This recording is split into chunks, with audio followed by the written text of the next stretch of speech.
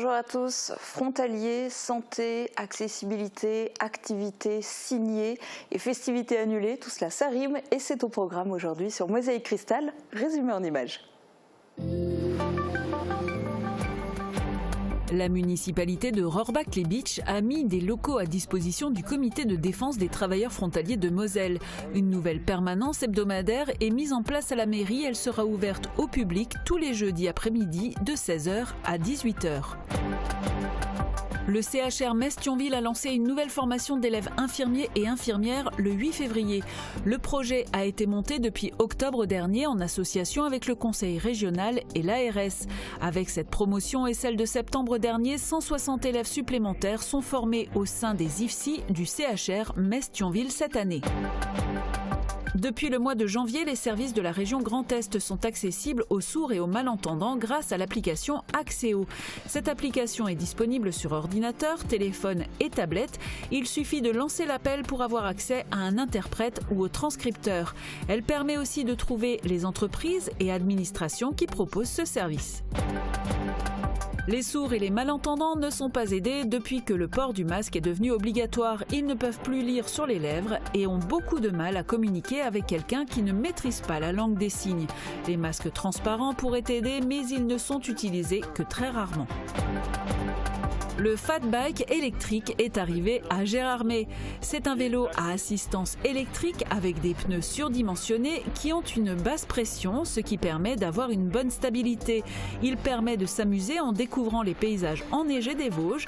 L'assistance électrique est une aide précieuse dans les montées et le plaisir est garanti pour tous. Depuis décembre 1977, le comité de défense des travailleurs frontaliers de la Moselle est installé à Sarreguemines. Dans le Pays de Bitche, une toute nouvelle permanence vient d'être créée à la mairie de Rohrbach. Elle sera ouverte tous les jeudis de 16h à 18h. C'est la deuxième, après celle de Bitche, qui n'accueille elle du public qu'une fois par mois. Le président du comité, Arsène Schmitt, et le vice-président Hubert Krebs ont été accueillis par le maire de Rohrbach, Vincent Settlinger, pour officialiser cette mise en place. C'est un service de proximité assuré par des bénévoles. Selon le comité, environ 3000 travailleurs frontaliers vivent dans le Pays de Bitche. L'inauguration de cette permanence était l'occasion de faire le point sur leur situation. Arsène Schmitt a répondu aux questions de Thibaut Desmerlet. Alors vous venez d'ouvrir une nouvelle permanence régulière ici à Rohrbach. C'est un message fort qui est envoyé aux travailleurs transfrontaliers du Pays de Bitche. Est-ce que ça répond à un besoin récurrent? Oui, bien entendu. Donc nous nous félicitons que la municipalité de Rohrbach-les-Bitches a mis à la disposition au comité de défense des locaux et une permanence hebdomadaire qui est très très importante, qui soulage Sarreguemines. Et les travailleurs frontaliers donc, souffrent particulièrement depuis le début de la pandémie. Quelle est la situation aujourd'hui? Au niveau de la pandémie, donc, nous avons bien vécu des situations un peu dramatiques l'année dernière, en mars, avril, mai, donc, où on a pratiquement rejeté les travailleurs frontaliers des entreprises. Donc il fallait faire des mains, des pieds, des interventions auprès du ministre-président, auprès de la SAR. Donc ça s'est réglé un peu, mais nous espérons que maintenant, on ne va pas de nouveau fermer les frontières. Il se pose aussi le problème de l'imposition et du statut même des travailleurs frontaliers pour ceux qui ont été contraints au télétravail notamment. Le télétravail, le problème est réglé, donc au niveau fiscal et au niveau social, il n'y a rien qui bouge tant qu'il y a la crise sanitaire. Par ailleurs, nous sommes confrontés bien entendu à un gros dossier actuellement, c'est le chômage partiel. Donc il faut savoir que les Allemands ne respectent pas la convention fiscale franco-allemande qui a été signée, un avenant a été signé le 31 mars 2015 qui dit clairement que le chômage partiel est exclusivement imposable en France et actuellement pour le calcul du chômage partiel, les Allemands retiennent un impôt fictif à la source. Donc le travailleur frontalier paye les impôts en Allemagne et en France. Ça, c'est inacceptable, donc nous n'arrêtons pas d'intervenir auprès des autorités à Berlin, à Paris, pour que cette situation se règle. Actuellement, nous sommes déjà à près de 1000 dossiers de réclamation que nous faisons auprès des employeurs et auprès de la Bundesagentur für Arbeit. Est-ce qu'il y a avec tout ça une embellie à l'horizon? Une embellie, moi pour le moment je ne vois pas d'embellie, au contraire, donc il y a beaucoup d'entreprises qui profitent du Covid pour fermer des usines, pour licencier. Donc il y a un matraquage au niveau de nos acquis sociaux, de nos conquêtes sociales, donc que nous n'acceptons pas. La situation n'est pas rose non plus dans le secteur de la santé. Les infirmiers et les infirmières viendront bientôt à manquer en Moselle. Alors pour essayer d'enrayer ce phénomène, le CHR Metz-Thionville a mis en place une nouvelle école qui compte actuellement 85 élèves. Ils ont tous entamé leur formation le 8 février dernier. Reportage d'Anne-Sophie Gross. Ce matin-là, les futurs soignants ont appris les bons gestes en matière d'hygiène et d'infectiologie. Comment nettoyer et faire un lit, comment réagir si l'on se pique avec une aiguille ou encore comment trier les déchets correctement. Tous ces gestes qui constituent le quotidien des infirmiers ont été passés en revue et appliqués par les élèves. Et le fait d'assister à ces travaux pratiques au cœur de l'hôpital, c'est un grand plus. C'est un plus parce que rien que pour organiser les TD en termes de matériel, par exemple si on serait un peu ailleurs de l'hôpital, ça serait difficile d'avoir du matériel pas irréalisable, mais du coup, ou la veille, on peut encore dire, ah ben tiens, je rajouterai telle chose, j'ai besoin de tel matériel, bon ben je vais, tel service peut me dépanner ou je commande au magasin, donc par rapport à ça, c'est un plus. Mais malgré ça, voilà, il a fallu être un petit peu inventif parce que là, je n'ai pas de lit, donc du coup, on a fait un lit de façon un peu artisanale. Mais qu'importe les conditions parfois artisanales, pour les élèves, l'important est d'apprendre à faire ce métier, car c'est souvent une vocation qui prend encore plus de sens en pleine épidémie. C'est un projet que j'ai depuis petite quand je vois ma mère et mon entourage. Et sinon, c'est vrai qu'avec la crise Covid, je me suis rendu compte que c'était encore plus essentiel et qu'il en fallait. Et que j'aimais vraiment ce métier. J'ai toujours voulu être dans la santé et le métier d'infirmière est un métier très polyvalent où on peut faire énormément de choses différentes et c'est intéressant et c'est sûr qu'avec le Covid on se rend compte qu'on est essentiel. À cause de ce contexte sanitaire, le déroulé des cours est évidemment un peu chamboulé. Les travaux pratiques se passent en très petits groupes, tandis que les cours magistraux se font en distanciel. Et il a fallu tout mettre en place très rapidement. Il s'est monté très rapidement. Le projet a été monté donc avec Madame Saillard, le conseil régional et l'ARS depuis le mois d'octobre. Voilà. Donc après avoir eu l'agrément. Donc il a fallu après constituer l'équipe donc de formateurs, construire l'ingénierie, réfléchir comment utiliser les locaux, voilà, et comment s'adapter finalement au site. Le nombre d'élèves infirmiers au sein des IFSI du CHR Metz-Thionville a encore augmenté entre cette promotion et les 75 élèves supplémentaires qui ont intégré le cursus en septembre. On compte 160 étudiants de plus que l'an dernier. Le coronavirus est passé par là, mais ils ont pris le parti d'en rire. Les membres de la Société carnavalesque de Sarreguemines viennent de sortir un pins pour marquer le coup en cette année si particulière. En regardant cet objet, on comprend très bien que les événements ne se sont pas déroulés comme prévu en raison de la crise sanitaire. Guillaume Dumontail nous en dit plus. Ce petit garçon, doublement masqué pour l'occasion, vient de recevoir un objet qui peut devenir culte. Un pins grivois, limite obscène, qui montre que le coronavirus a joué cette année les troubles fêtes. En effet, d'habitude, le chapeau se met sur la tête et pas dans les fesses. Il s'agit d'une initiative de la Société carnavalesque de Sarreguemines. Les membres de cette association ont le cœur gros cette année. Ils ne peuvent pas faire la fête comme d'habitude. On a lancé les pins pour au moins faire quelque chose cette année 2021, comme on n'avait pas le droit de faire de carnaval cette année à cause de la crise sanitaire. Et puis ça marche super bien. On les a mis en vente sur Facebook la semaine dernière. Plus de la moitié sont partis. J'espère que je vais pouvoir satisfaire tout le monde avec la commande qu'on a faite. Si cet objet vous plaît, vous pouvez le commander auprès de la Société carnavalesque de Sarreguemines, notamment via Facebook. Le pins est vendu 3 € l'unité. Pas de peinture murale grivoise pour Philippe de Goth, mais une troisième tentative au pinceau d'or. Son œuvre réalisée à Frauenberg en 2020 fait partie des 8 fresques sélectionnées par les photographes du site trompe-l'œil.info. En plus des 8 photographes du site internet qui composent le jury, le 9e jury est constitué par les internautes. Vous avez jusqu'à samedi 20h pour voter. Le peintre sarregueminois espère cette fois décrocher le titre. Philippe de Goth avait fini 7e il y a 2 ans et 4e l'an dernier. Après la peinture, on s'intéresse à l'encre, vous savez, celle des imprimantes. À Sarreguemines, l'enseigne Cora propose depuis quelques mois de remplir vos cartouches d'encre vides pour réapprovisionner votre imprimante. Uranie Tozic et Thibaut Desmerlet nous expliquent ce nouveau service. Un bar à encre, oui, cela existe. Cette machine fait partie du village des services au Cora de Sarreguemines depuis novembre dernier et depuis 2019 dans les magasins test. C'est un fonctionnement particulier qui nécessite d'être formé pour pouvoir l'utiliser. Un conseiller est donc présent pour le client. C'est eux qui sont au cœur du métier, parce que c'est un métier maintenant.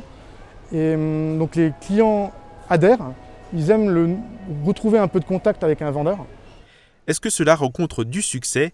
Au niveau de la fréquentation, c'est 2 clients par jour en période creuse à une quinzaine dans les fortes affluences. Le contexte de crise sanitaire a poussé à la réalisation du projet.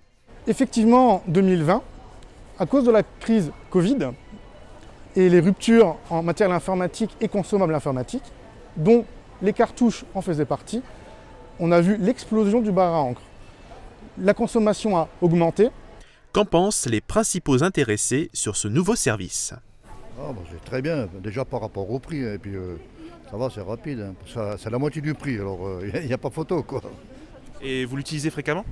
Oui, chaque fois que les cartouches sont vides, et comme je suis dans un club d'épargne, on a beaucoup de photocopies à faire, donc voilà, c'est pour le club, quoi. Donc j'ai ramené mes cartouches, comme c'était des originales, elle me les a remplies très bien. Et en plus, j'ai payé moins cher. Moins cher et pas trop long, côté 10 à 12 minutes pour le remplissage. Pour ce qui est du prix, ici c'est 8 € environ au lieu de 15 € en moyenne. Mais attention, elles ne sont pas toutes acceptées, seules les cartouches originales des grandes marques peuvent être remplies. Le fournisseur était bien clair, hein.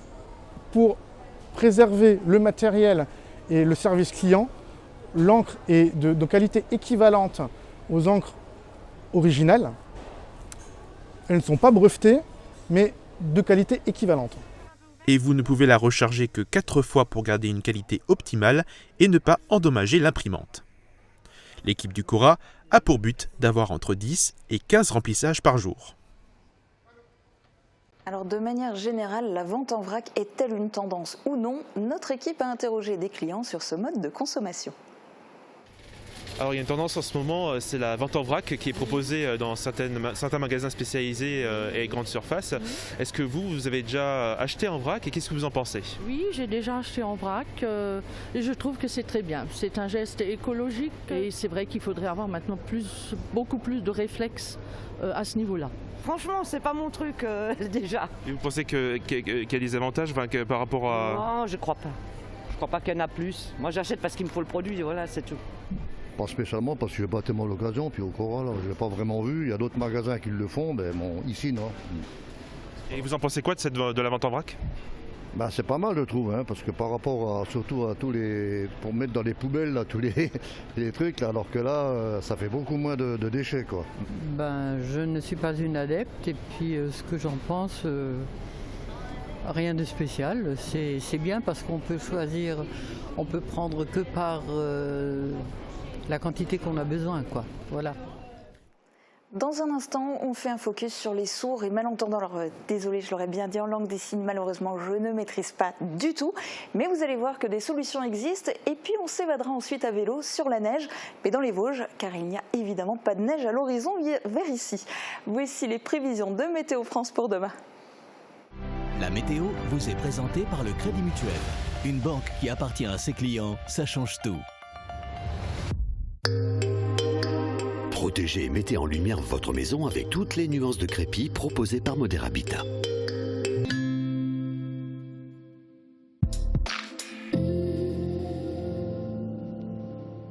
Bonjour tout le monde, j'ai une bonne et une mauvaise nouvelle. Alors je commence par la mauvaise, le ciel sera encore gris pour demain.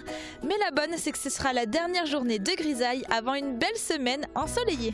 Hier, Vérène nous écrivait dans les commentaires « J'espère que la météo sera sympa pour les vacances, au moins on pourra prendre l'air, sinon c'est le pétage de plomb assuré. » Eh bien rassurez-vous, votre vœu va être exaucé. Dès ce week-end et pour les 6 jours à venir, on va pouvoir profiter des rayons du soleil et même de sa chaleur, avec des températures qui vont bien remonter jusqu'à frôler les 20 degrés. Mais avant d'en profiter, il faudra passer la journée de demain qui débutera sous une couche nuageuse mais sans averse. Le temps restera sec mais gris tout au long de la journée. Ce n'est que dans la nuit que les nuages s'en vont. Côté température, elle remonte encore avec 4 à 7 degrés pour les minimales et 10 à 12 degrés pour les maximales. Demain, pensez à souhaiter une bonne fête au Gabin et il fera jour de 7h32 à 17h58. Passez tous encore une belle journée et à demain! Merci d'avoir suivi la météo avec le Crédit Mutuel. Une banque qui appartient à ses clients, ça change tout. Ordinateur, imprimante, réseau, IP Connexion vous dépanne où que vous soyez. IP Connexion, c'est aussi de la téléphonie IP, de la vidéosurveillance et de la domotique. Chez AVS Santé, nous favorisons le maintien à domicile à travers 3 domaines d'activité. Le transport, l'aide à domicile, la distribution et l'installation de matériel médical. Nous sommes à votre écoute et vous proposons les meilleures solutions. Acteur majeur de la santé et l'aide à la personne en Moselle-Est, nous sommes présents à Sarreguemines, Bitche et Morsbach. AVS Santé, notre métier, vous accompagner.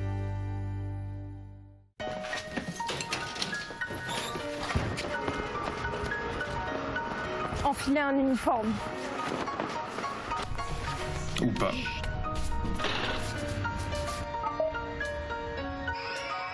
Courir dans tous les sens. Ou rester immobile.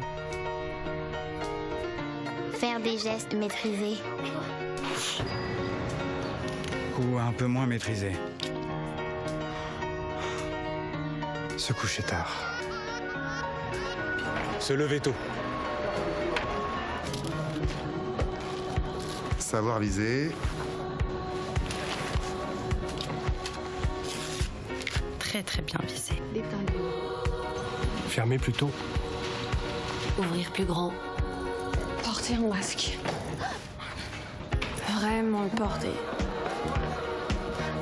En restant chacun mobilisé, nous serons plus forts ensemble.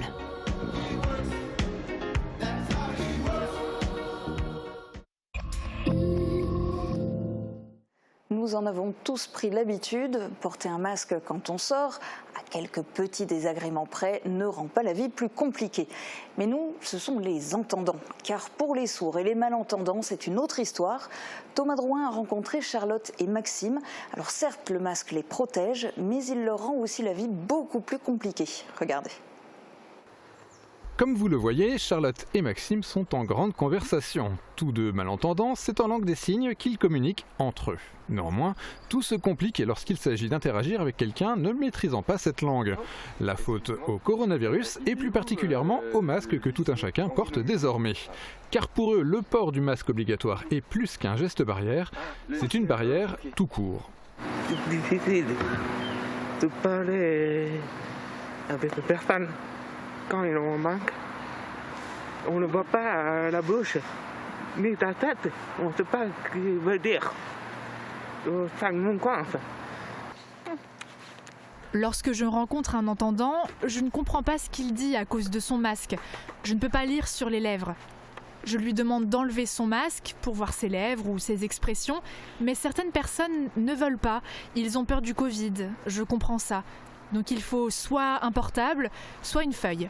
C'est plus contraignant, mais ça va. Certes, des solutions existent, comme des masques transparents, mais ceux-ci sont aussi rares qu'un mouton à 5 pattes. Alors il leur faut s'adapter, mais aussi parfois faire face à des comportements pas toujours bienveillants. Il y a des gens qui ne nous répondent pas, ils se passent.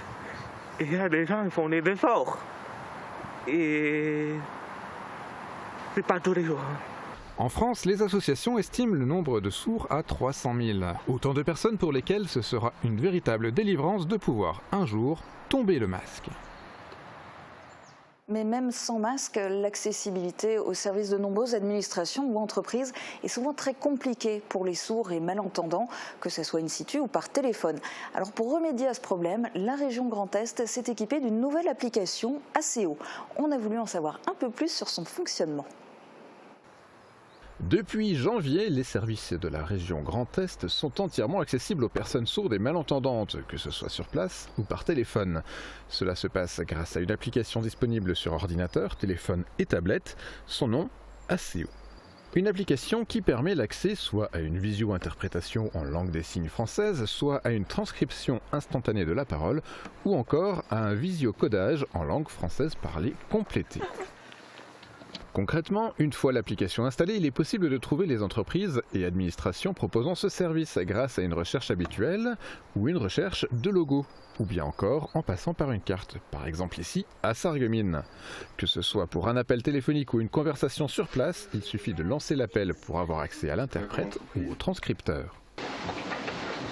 Bah oui, non, ici, vous prenez des stagiaires, qu'est-ce que les stagiaires font ?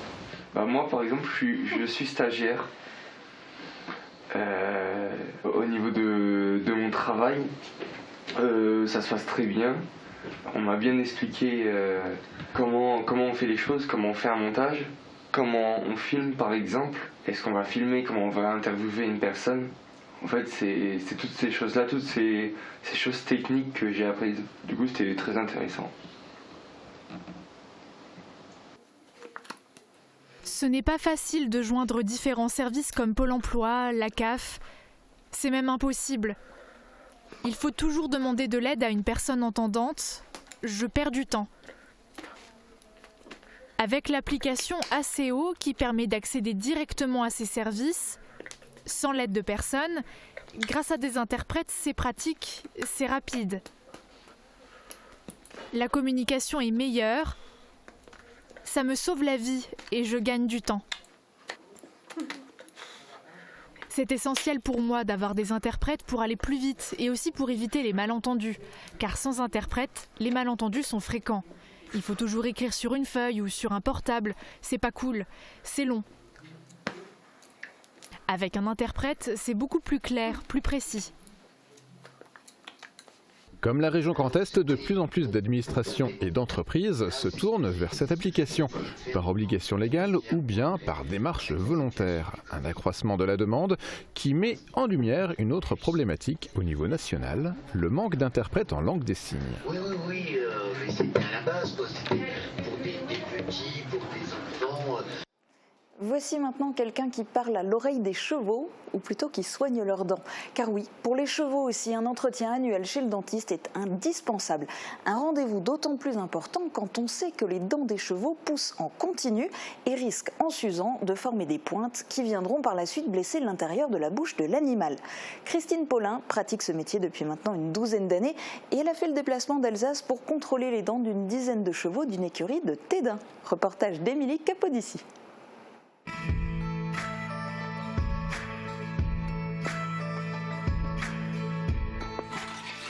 Christine Paulin exerce le métier de technicien dentaire équin.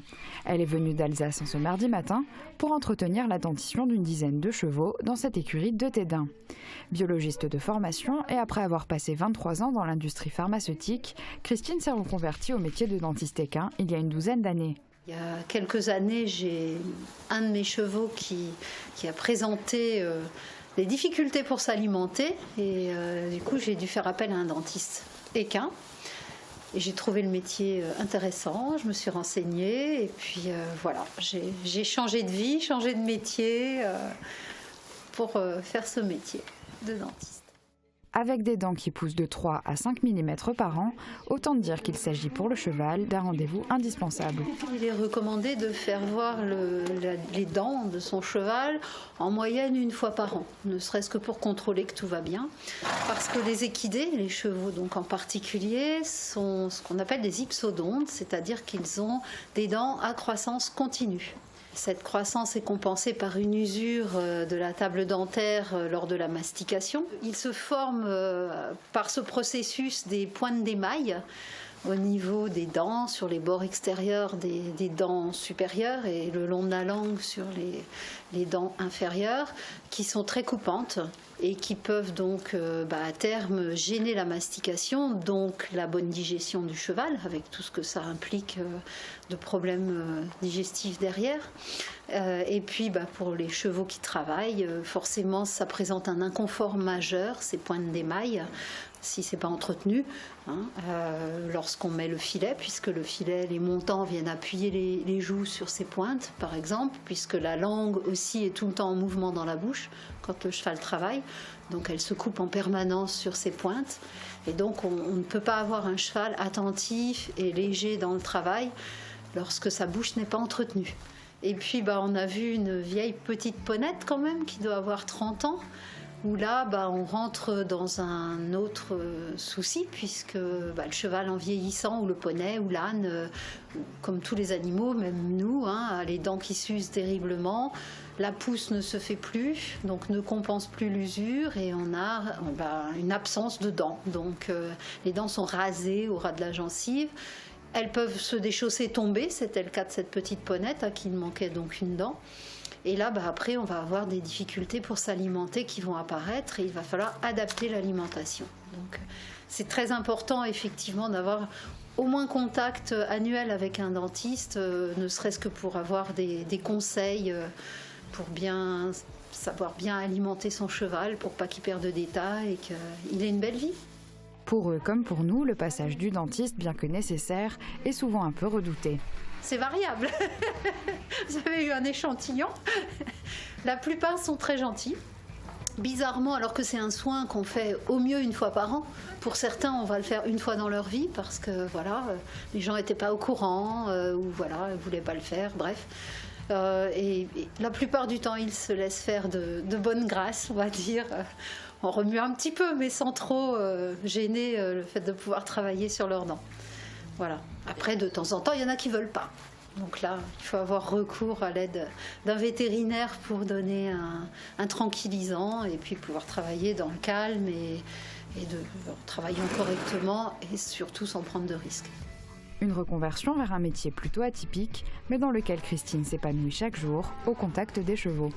C'est vraiment des êtres particulièrement intéressants à tout point de vue, émotionnellement parlant aussi. Et puis, je pense que quelque part, on finit par avoir la clientèle qui nous ressemble.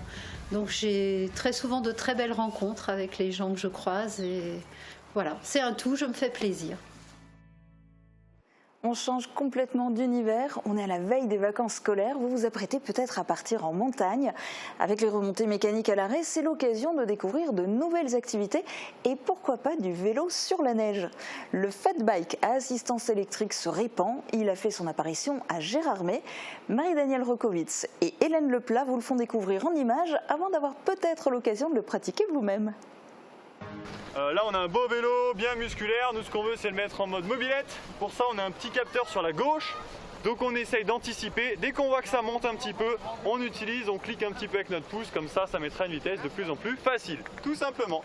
C'est le dernier né dans la famille des vélos et avec les remontées mécaniques à l'arrêt, le fat bike à assistance électrique avec ses pneus énormes va sans peine tracer sa route sur la neige. Il a fait son arrivée dans les Vosges et on peut le découvrir à la station de Gérardmer. Ça existe aussi sur le sable, hein. Les fat, c'est des gros pneus surdimensionnés qui font environ 11 cm et demi de large avec une basse pression, donc un peu mou, hein. C'est pas des pneus gonflés à bloc, surtout pas.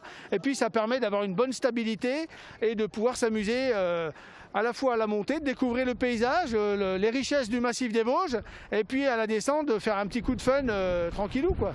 Le fat bike, c'est encore un peu de sport, mais surtout beaucoup de plaisir. Et l'assistance électrique est une aide précieuse.